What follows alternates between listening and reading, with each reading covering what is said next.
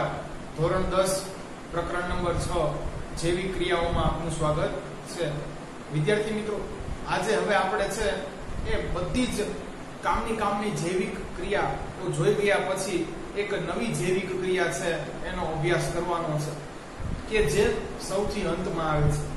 વિદ્યાર્થી મિત્રો, ચયાપચયની ક્રિયા દરમિયાન છે એ કેટલાક સારા અને કેટલાક છે એ નકામા શરીરની અંદર ઉત્સર્ગ દ્રવ્યો છે એ ઉત્પન્ન થતા હોય છે. વળી વિદ્યાર્થી મિત્રો, આપણે એ નકામા ઉત્સર્ગ વાયુની ચર્ચા કરી ગયા કે જેનો નિકાલ છે વિદ્યાર્થી મિત્રો એ ફેફસા મારફતે શરીરની બહાર થઈ જાય છે. આપણે જાણીએ છીએ કે આપણે શ્વસન શા માટે કરીએ છીએ? તો કે છે કાંઈ નહીં, પાચિત ખોરાકમાંથી છે એ શક્તિ મુક્ત કરવા આપણે છે ગ્લુકોઝનું ઓક્સિડેશન કરવા માટે શ્વસન કરીએ છીએ અને આપણે આમાં ઓક્સિજનનો ઉપયોગ કરીએ છીએ. પરંતુ વિદ્યાર્થી મિત્રો, એ આ પ્રક્રિયાને અંતે આપણને કાર્બન ડાયોક્સાઇડ મળે છે જે આપણા શરીર માટે નકામો છે. અહીંયા વિદ્યાર્થી મિત્રો છે એ નકામા માટે છે એ ઉત્સર્ગ શબ્દ તમે ઉપયોગ કરી શકો. તો નકામો વાયુ છે એટલે ઉત્સર્ગ વાયુ છે વિદ્યાર્થી મિત્રો, અને આને આપણે છે એ ફેફસાઓ દ્વારા શરીરની બહાર ફેંકીએ છે અથવા શ્વસન તંત્ર દ્વારા શરીરની બહાર કરી દઈએ છીએ. એવી જ વિદ્યાર્થી મિત્રો, એ પાચનને અંતે, પોષણ મેળવ્યાને અંતે પણ છે આપણા શરીરની અંદર નકામા છે એ નાઇટ્રોજન યુક્ત છે ઉત્સર્ગ દ્રવ્યો એ એકઠા થતા હોય છે, બનતા હોય છે, જેનો પણ છે સમયાંતરે છે શરીર દ્વારા નિકાલ કરવો જરૂરી છે. તો વિદ્યાર્થી મિત્રો, આજે એનો આપણે અભ્યાસ કરવાનો છે. તો પહેલા આપણે પ્રસ્તાવના બાંધી દઈએ વિદ્યાર્થી મિત્રો. ઉત્સર્જન એટલે શું, કયા કયા સજીવોમાં કેવી રીતે ઉત્સર્જન થાય છે, અને પછી અંતે છે વિદ્યાર્થી મિત્રો મનુષ્યનું ઉત્સર્જન તંત્ર છે એનો અભ્યાસ કરવાનો છે. તો આવો વિદ્યાર્થી મિત્રો જોઈએ.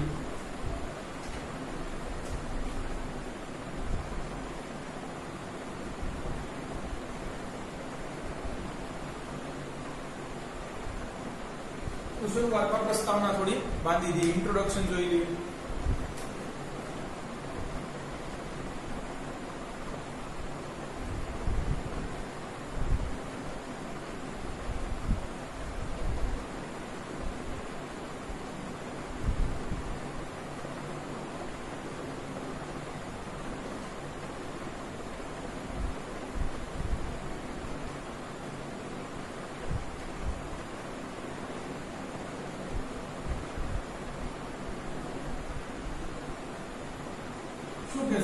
મનુષ્યમાં ચયાપચયિક ક્રિયાઓને અંતે સારા અને નકામા દ્રવ્યો ઉત્પન્ન થાય છે. આ નકામા દ્રવ્યો મોટે ભાગે નાઇટ્રોજન યુક્ત સંયોજનો જેવા કે યુરિયા કે યુરિક એસિડ હોય છે. વિદ્યાર્થી મિત્રો, પણ કુદરતનો એક ક્રમ છે કે જે વસ્તુ આપણી માટે નકામી છે એ અન્ય સજીવો વનસ્પતિ માટે એ કામની છે, અને જે વિદ્યાર્થી મિત્રો એ એક્સક્રીટ કરે છે, એ બહાર ફેંકે છે, એ આપણી માટે છે એ બહુ કામની વસ્તુ છે. તો વનસ્પતિમાં ઉત્સર્જન તો આપણે નેક્સ્ટ લેક્ચરમાં જોઈશું.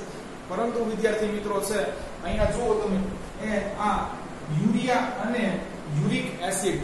યુરિયા વિદ્યાર્થી મિત્રો તમને ખબર હોય તો એક છે એ ખાતરનો પણ પ્રકાર છે. તો જો વિદ્યાર્થી મિત્રો આ સંયોજનો છે એ વનસ્પતિની માટે કદાચ કામના હોઈ શકે.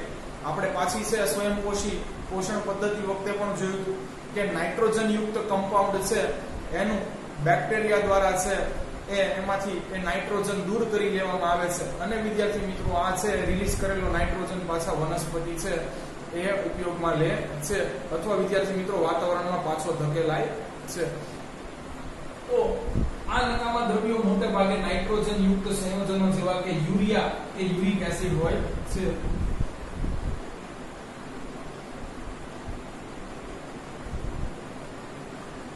જે શરીર માટે હાનિકારક છે, એટલે સમયાંતરે વિદ્યાર્થી મિત્રો આને એ શરીરની બહાર ફેંકવા જોઈએ. જે આપણા શરીર માટે હાનિકારક છે તેથી સમયાંતરે તેને શરીરની બહાર કરવા જરૂરી છે. ચાલો હવે આપણે છે એ ઉત્સર્જનની વ્યાખ્યા બાંધી શકીએ. તો હવે આપણે વ્યાખ્યા જોઈએ ઉત્સર્જન.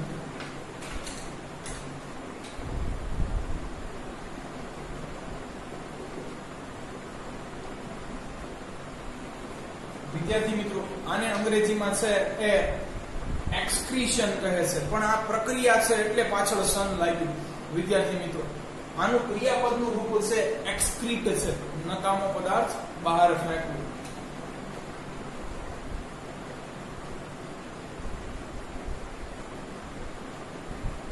ચાલો વિદ્યાર્થી મિત્રો, તો આની વ્યાખ્યા જોઈ લઈએ.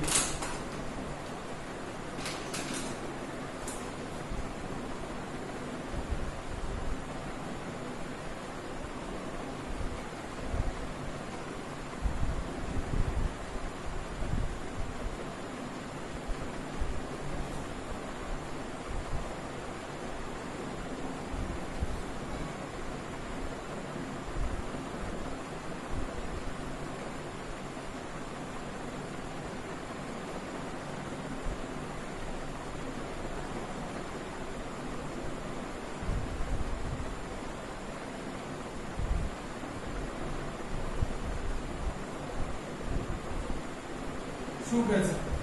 સજીવ શરીરમાં ચયાપચયિક ક્રિયાને અંતે ઉત્પન્ન થતા નકામા અથવા ઉત્સર્ગ દ્રવ્યોને શરીરમાંથી બહાર ફેંકવાની ક્રિયાને ઉત્સર્જન કહે છે.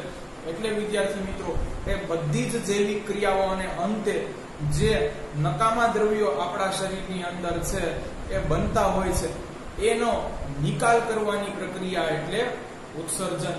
પણ આ નકામા દ્રવ્યો છે વિદ્યાર્થી મિત્રો, એ આપણી માટે હાનિકારક છે, એટલે સમયાંતરે છે આને આપણે બહાર ફેંકવા અત્યંત જરૂરી છે. તો આને પણ વિદ્યાર્થી મિત્રો આપણે છે એ એક મહત્વની અથવા અગત્યની જૈવિક ક્રિયાઓ કહી શકીએ. વિદ્યાર્થી મિત્રો, પછી આપણે વનસ્પતિમાં ઉત્સર્જન કેવી રીતે થાય છે, એમાં કયું ઉત્સર્જન એવું હોય છે કે નહીં, એની પણ નેક્સ્ટ લેક્ચરની અંદર ચર્ચા કરવાની છે. તો હવે આપણે જોઈએ વિદ્યાર્થી મિત્રો સજીવોમાં ઉત્સર્જન.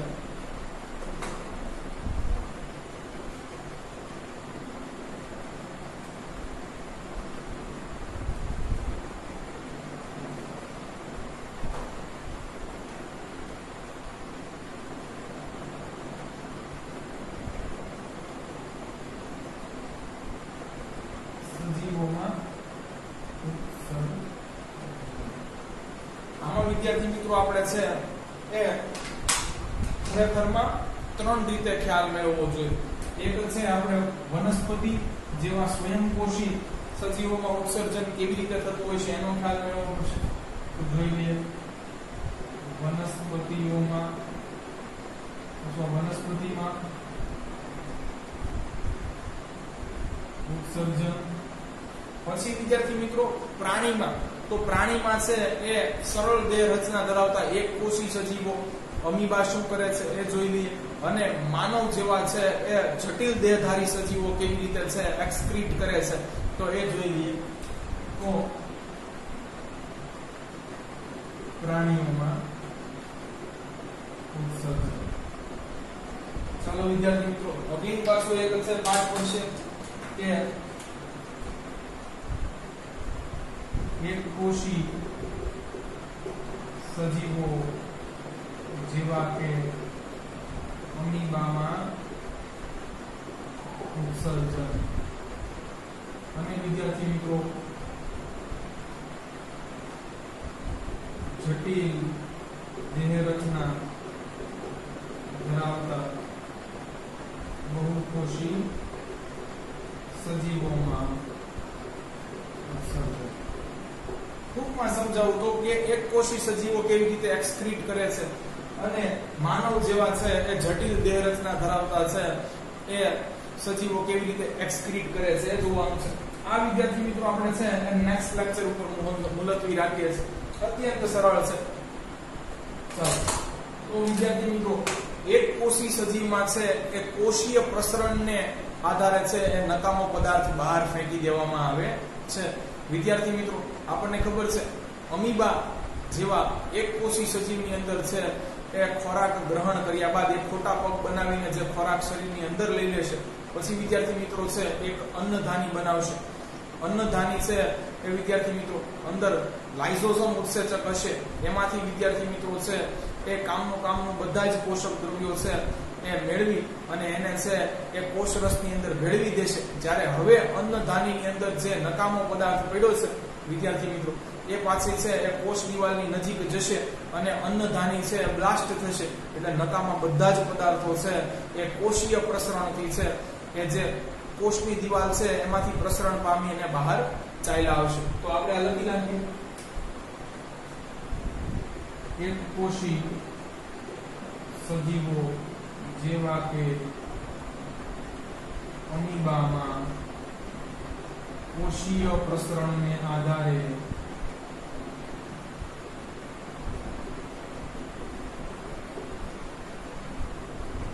પાણીમાં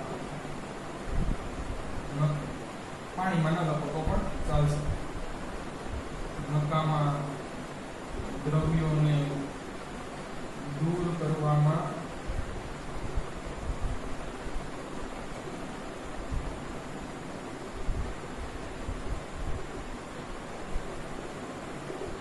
જ્યારે વિદ્યાર્થી મિત્રો છે એ પ્રાણીઓમાં તો ઉત્સર્જન માટે અલગથી જે અલાયદું તંત્ર આવેલું હોય છે જેને આપણે ઉત્સર્જન તંત્ર કહીએ છીએ, અને પછી વિદ્યાર્થી મિત્રો આપણે મનુષ્યનું ઉત્સર્જન તંત્ર સમજવાનું છે.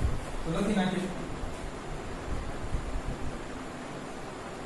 પ્રાણીઓમાં નકામા પદાર્થોનું ઉત્સર્જન કરવા અર્થે અલગથી જ રચના આવેલી હોય છે, જેને આપણે ઉત્સર્જન તંત્ર એક્સક્રીટરી સિસ્ટમ કહીએ છે. ચાલો વિદ્યાર્થી મિત્રો, હવે આપણો મેઇન સવાલ શરૂ થઈ જાય છે. ઘણી વખત વિદ્યાર્થી મિત્રો આ બોર્ડની અંદર પૂછાઈ ગયો છે અને ખાલી એ 2 માર્કની અંદર નામ નિર્દેશન વાળી આકૃતિ પણ પૂછાઈ જાય છે. વિદ્યાર્થી મિત્રો, મનુષ્યનું ઉત્સર્જન તંત્ર પૂછાય એટલે આકૃતિ દોરવી કમ્પલસરી છે.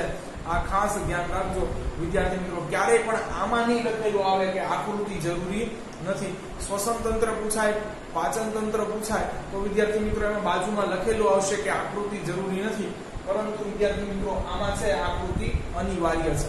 પહેલા આપણે આખી રચના વિદ્યાર્થી મિત્રો સમજી જઈએ અને પછી એને છે આપણા દ્વારા શાબ્દિક સ્વરૂપ આપીએ.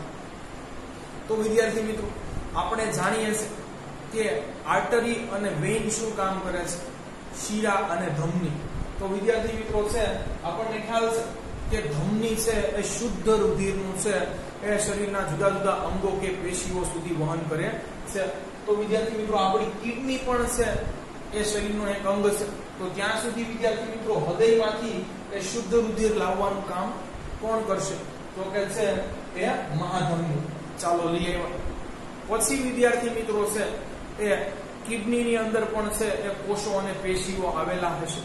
તો વિદ્યાર્થી મિત્રો છે અહીંયા જે કોષની અંદર રાસાયણિક પ્રક્રિયા થશે એના પરિણામે છે હવે એ રુધિરની અંદર શું ભળી જશે?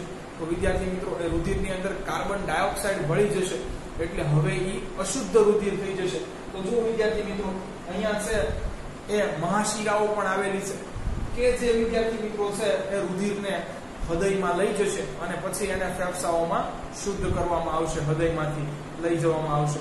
પરંતુ વિદ્યાર્થી મિત્રો જે રુધિરની અંદર નકામા ઉત્સર્ગ દ્રવ્યો ભળેલા છે કે જે નાઇટ્રોજન યુક્ત મોટે ભાગે હોય છે, નકામા અમુક ક્ષારો હોય છે કે જેને છે એ શરીરની અંદર બહાર કરવા જરૂરી હોય છે, એ વિદ્યાર્થી મિત્રો એનું ફિલ્ટર કરવાનું કામ છે એ આપણી કિડનીની અંદર થાય છે. એટલે વિદ્યાર્થી મિત્રો નકામા પદાર્થો અથવા ઉત્સર્ગ દ્રવ્યો જે રુધિરની અંદર છે એ ભળી જતા હોય છે એને દૂર કરવાનું અથવા રુધિરનું છે એ ફિલ્ટ્રેશન કરવાનું કામ છે, એ નકામા દ્રવ્યો દૂર કરવાનું કામ છે એ કિડનીની અંદર થતું હોય છે. તો આપણે એ પણ વિદ્યાર્થી મિત્રો જોઈ લીધું. પછી તો કે કિડનીની અંદર મૂત્ર છે, ચાલો બની તો ગયું. પછી વિદ્યાર્થી મિત્રો આ બંને મૂત્ર વાહિનીઓ દ્વારા છે એને આ મૂત્રાશયમાં છે લાવવામાં આવે છે. તો વિદ્યાર્થી મિત્રો જેમ જેમ મૂત્ર બનતું જશે એમ એ આ છે એ મૂત્રાશયની અંદર આવશે. મૂત્રાશય એક સ્નાયુ અંગ છે વિદ્યાર્થી મિત્રો. આ એક સ્નાયુઓનું બનેલું છે. એટલે શું થશે વિદ્યાર્થી મિત્રો, મૂત્ર છે એ એકઠું થતા છે એ મૂત્રાશયની કોથળી છે એ ફૂલશે.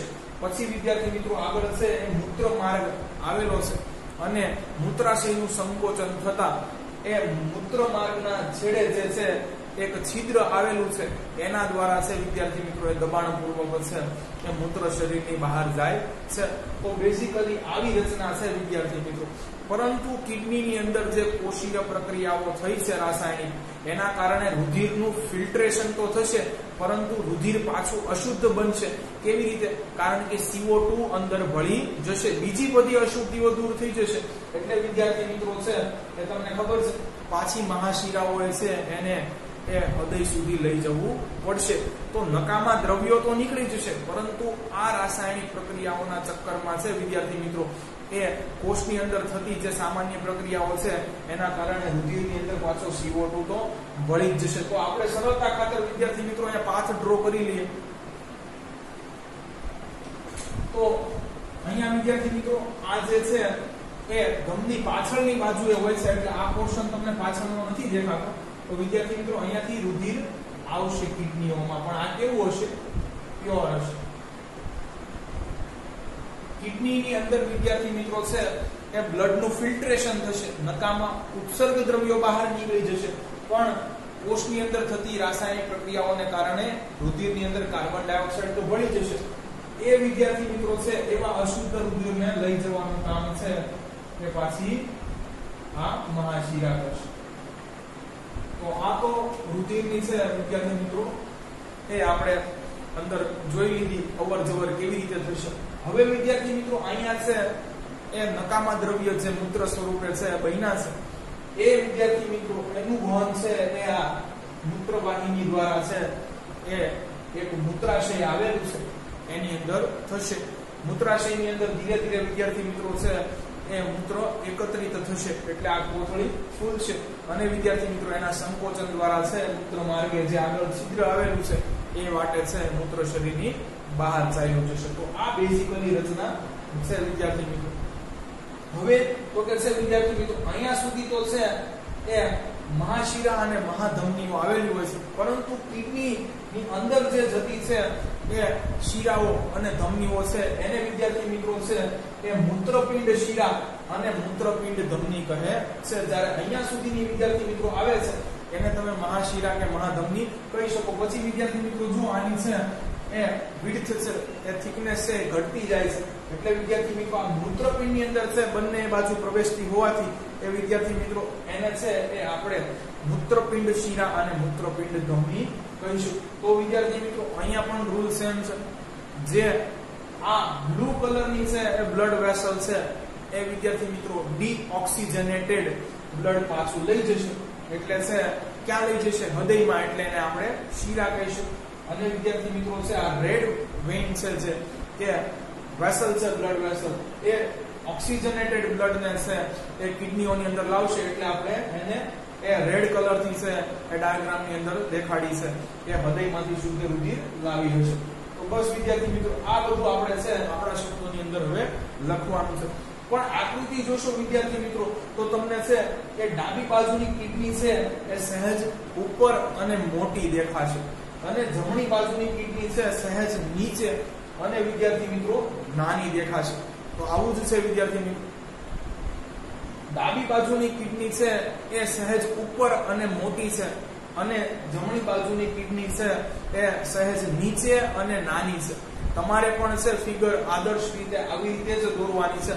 એનસીઆરટી પુસ્તકની અંદર છે વિદ્યાર્થી મિત્રો આનો કોઈ સ્પષ્ટ ઉલ્લેખ કર્યો નથી, કારણ કે વિદ્યાર્થી મિત્રો આપણે છે પાચન તંત્ર ભણી ગયા એની અંદર જે પેલું છે એ યકૃત હોય છે જે વિદ્યાર્થી મિત્રો એનો ટ્રાયેન્ગ્યુલર શેપ છે એ વિદ્યાર્થી મિત્રો છે શરીરની અંદર જમણી બાજુએ ઉદર ગુહામાં આવેલું હોવાથી આ કિડની સહેજ નીચે બાજુએ હશે. વિદ્યાર્થી મિત્રો લીવરની છે રચના પાછી તમે પાચન તંત્રની અંદર જોઈ શકો ખરા. અને વિદ્યાર્થી મિત્રો આ છે જમણી કિડની એની સરેરાશ લંબાઈ છે એ 10.9 સેન્ટીમીટર હોય છે, જ્યારે ડાબી કિડની છે એની સરેરાશ લંબાઈ 11.2 સેન્ટીમીટર હોય છે વિદ્યાર્થી મિત્રો. અને છે આનો જે વોલ્યુમ છે વિદ્યાર્થી મિત્રો, અથવા તમે છે આનો એરિયા કયો છો એ પણ વિદ્યાર્થી મિત્રો એ નાનો હોય છે as compare to our left kidney. ચાલો વિદ્યાર્થી મિત્રો, આ તો માત્ર જાણકારી માટે થઈ ગયું. હવે આપણે આ લખવાનું છે.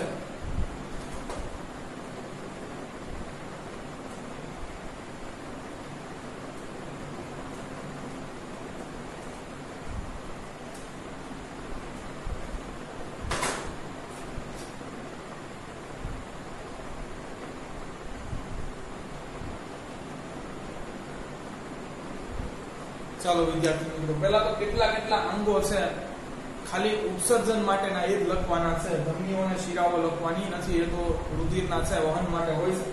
ચાલો તો લખી નાખીએ. મનુષ્યના ઉત્સર્જન તંત્રમાં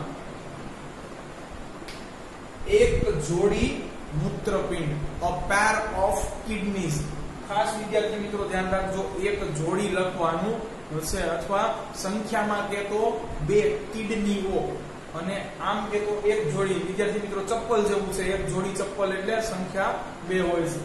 મનુષ્યના ઉત્સર્જન તંત્રમાં એક જોડી મૂત્રપિંડ,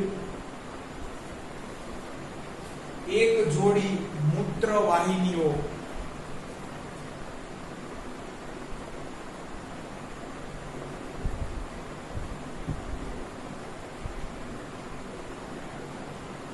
a pair of kidneys, a pair of urinals,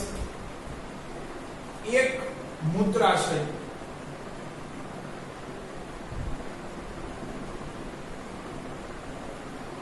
એને વિદ્યાર્થી મિત્રો છે એ યુરિનરી બ્લેડર કહે છે.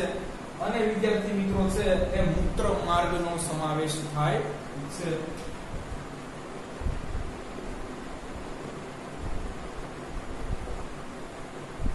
એને યુરેથ્રા કહે છે.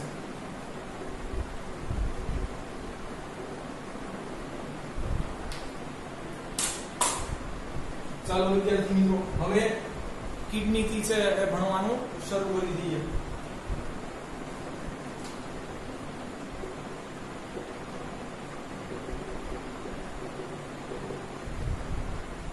ચાલો વિદ્યાર્થી, તો રુધિરમાંથી નકામા અથવા ઉત્સર્ગ દ્રવ્યો દૂર કરવાનું અથવા બ્લડને ફિલ્ટર કરવાનું કામ છે એ કિડનીઓ કરે છે. મિત્રો આ કિડનીઓ છે એ બ્લડમાંથી નકામા દ્રવ્યો છે એ કાઢી અને બ્લડને ફિલ્ટર કેવી રીતે કરે છે એ તો આપણે નેક્સ્ટ લેક્ચરની અંદર જોવાનું છે. પરંતુ વિદ્યાર્થી મિત્રો આજે આપણે છે એ ઉત્સર્જન તંત્રની અંદર આવેલા છે એ દરેક ભાગો કે દરેક છે એ પેટા અંગો એ પોતાની શું ભૂમિકા ભજવે છે એ અહીં લખવાનું છે. તો વિદ્યાર્થી મિત્રો આપણે સૌ જાણીએ છીએ એ રીતે પહેલું જ આપણે સેન્ટેન્સ શું લખી શકીએ તો કે છે એ મનુષ્યના શરીરમાં એક જોડ મૂત્રપિંડ આવેલા હોય છે. મનુષ્યના શરીરમાં એક જોડી મૂત્રપિંડ આવેલા હોય છે. ચાલો વિદ્યાર્થી મિત્રો, હવે એક્સ્ટ્રા ઘણું બધું આપણે લખી શકીએ, જેમ કે આનું સ્થાન થઈ ગયું, એનો રંગ થઈ ગયો, એનો આકાર થઈ ગયો. તો આ ત્રણેય બાજુ વિદ્યાર્થી મિત્રો છે કે જો આપણે આમાં એડ કરી દઈએ તો છે આપણું લખાણ થોડું મોટું થઈ જશે. તો સ્થાન જોઈ લઈએ મૂત્રપિંડ. વિદ્યાર્થી મિત્રો મૂત્રપિંડ છે આપણા ઉદર ગુહા, એબ્ડોમેન પોર્શન, પેટની અંદર, અને એ પણ પશ્ચિમ પાછળની બાજુએ સહેજ આવેલા હોય છે. તો લખીએ પહેલું ઉદર ગુહામાં પશ્ચિમ અથવા પશ્ચિમ બાજુ. એ જ રીતે વિદ્યાર્થી મિત્રો છે એ કરોડરજ્જુનો છે એ લંબાયેલો સ્પોન્જી ભાગ એને છે એ કશેરુકાઓ કહેવાય છે વિદ્યાર્થી મિત્રો. એની બંને બાજુએ છે એ પણ આ કિડનીઓ આવેલી હોય છે. તો એ પણ લખી શકો તમે. બીજું કરોડ રજ્જુના કશેરુ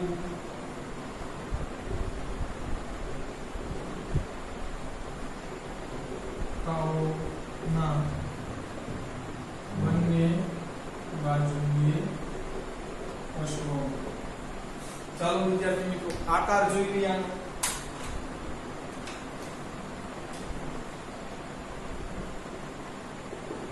વિદ્યાર્થી મિત્રો આપણે જે કઠોળ ખાઈએ છે વાલ, એના જેવો આકાર હોય છે, તો વાલ જેવો. ચાલો વિદ્યાર્થી મિત્રો આનો રંગ જોઈ લઈએ.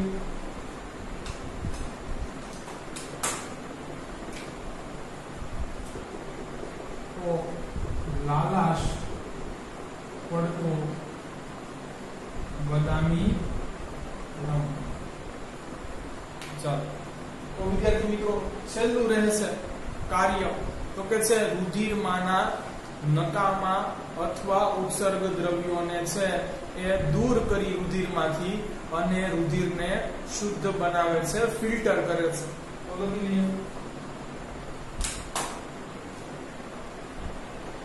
કાર્ય રુધિરમાંના ઉત્સર્ગ દ્રવ્યોને દૂર કરીને રુધિરને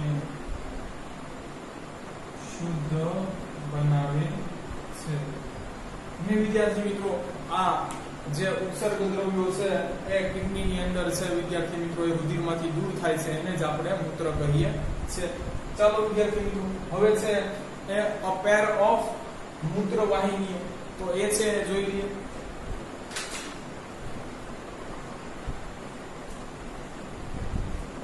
uretrals, a pair of uretrals.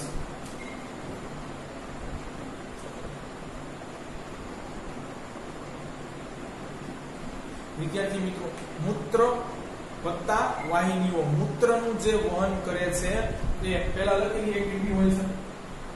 મનુષ્યના શરીરમાં એક જોડી મૂત્ર વાહિનીઓ આવેલી હોય છે. ચાલો તે કિડનીમાંથી મૂત્રને મૂત્રાશય સુધી લઈ જાય છે, તો તે મૂત્ર પિંડમાંથી મૂત્રને મૂત્રાશયમાં ઠાલવે કાર્ય. ચાલો વિદ્યાર્થી મિત્રો આગળ જોઈએ. હવે તો છે આવે છે મૂત્રાશય. તો મનુષ્યના શરીરમાં છે તે એક મૂત્રાશય આવેલું હોય છે, એ સ્નાયુ અંગ છે વિદ્યાર્થી મિત્રો. હૃદય કેમ આખું છે સ્નાયુનું બનેલું છે, એમ આ પણ છે સ્નાયુ અંગ છે વિદ્યાર્થી મિત્રો, હાડકાઓ ધરાવતું નથી.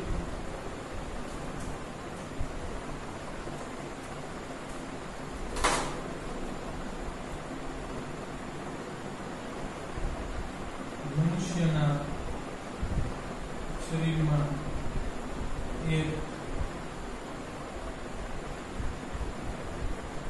મૂત્રાશય આવેલું હોય છે, તે એક સ્નાયુ અંગ છે. વિદ્યાર્થી મિત્રો સંધિ છૂટી પાડો. મૂત્ર વત્તા આશય, જેમાં મૂત્રનો સંચય થશે, એકઠું થશે, એને છે વિદ્યાર્થી મિત્રો મૂત્રાશય કહે છે. વિદ્યાર્થી મિત્રો આની કેપેસિટી છે એ 700 મિલીલીટર સુધીની હોય છે. એમાં ધીરે ધીરે વિદ્યાર્થી મિત્રો છે મૂત્ર એકઠું થતું હોય છે, એટલે આ કોથળી છે વિદ્યાર્થી મિત્રો એ ભરાય છે. અને જ્યારે વિદ્યાર્થી મિત્રો છે એ આપણી નર્વસ સિસ્ટમ એને ઓર્ડર આપે છે, ત્યારે વિદ્યાર્થી મિત્રો આનું સંકોચન થાય છે અને મૂત્ર માર્ગ વાટે છે એ વિદ્યાર્થી મિત્રો યુરિન છે શરીરની બહાર ફેંકાઈ જાય છે. આવો લખી દઈએ વિદ્યાર્થી મિત્રો કાર્ય. તેમાં મૂત્ર એકઠું થાય છે, તેથી આ કોથળી શું થશે? વિસ્તરણ પામે છે અને ચેતા તંત્રના આદેશ અનુસાર સંકોચન પામીને મૂત્ર માર્ગ વાટે મૂત્રને દૂર કરે. ચાલો છેલ્લું જોઈએ વિદ્યાર્થી મિત્રો, યુરેથ્રા મૂત્ર માર્ગ.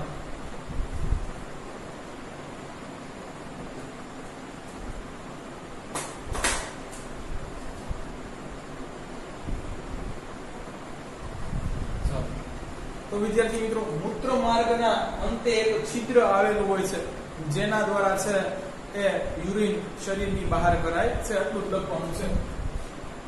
મૂત્ર માર્ગના અંતે એક છિદ્ર આવેલું હોય છે જેના દ્વારા મૂત્રને શરીરની બહાર કરાય. ચાલો વિદ્યાર્થી મિત્રો, અહીંયા આપણું છે એ મનુષ્યનું ઉત્સર્જન તંત્ર પૂરું થાય છે. હવે જાણવા જેવી કેટલીક બાબતો માત્ર જાણકારી માટે. તો વિદ્યાર્થી મિત્રો, આપણે કીધું એમ ડાબી કિડની છે એ મોટી અને સહેજ ઉપર હોય છે, જમણી કિડની છે નાની અને સહેજ નીચી હોય છે. તો લખી નાખીએ, આ સાઈડ જમણી લખી આપણે ડાબી. વિદ્યાર્થી મિત્રો, તો જમણી કિડની છે એ નાની, સહેજ નાની કહેવાય અને સહેજ નીચે. કારણ છે એનું તેના ઉપર યકૃત આવેલું હોય. વિદ્યાર્થી મિત્રો, અડીને નથી આવેલું હતું, પણ એટલે વિદ્યાર્થી મિત્રો આ સહેજ નીચેના ભાગે આવેલી હોય. સરેરાશ લંબાઈ લખી નાખીએ 10.9 સેન્ટીમીટર. સરેરાશ કદ લખવું હોય તો એ પણ છે 134 સેન્ટીમીટર ઘન. કદ છે વિદ્યાર્થી મિત્રો એ ઘન સેન્ટીમીટરમાં, ઘન ફૂટમાં અથવા ઘન મીટરમાં મુકાય છે. ચાલો આ બાજુ સહેજ ઉપર અને સહેજ મોટી. તો વિદ્યાર્થી મિત્રો, જેઠાલાલની જેમ પોતે રાઈટી છે એટલે લેફ્ટ કિડની ડોનેટ ન કરી દેતા. કિડની વેચીને આઈફોન લેવા જાવ તો જમણી કિડની છે એ આપી દેજો, કારણ કે એ થોડી નાની હોય છે. Because size matters. ચાલો વિદ્યાર્થી મિત્રો, પછી સરેરાશ લંબાઈ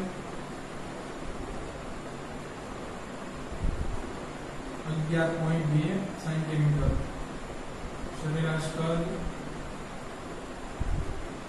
148 સેમી ક્યુબ. તો વિદ્યાર્થી મિત્રો, અહીં આપણી છે એ જાણકારીઓ પણ પૂરી થાય છે.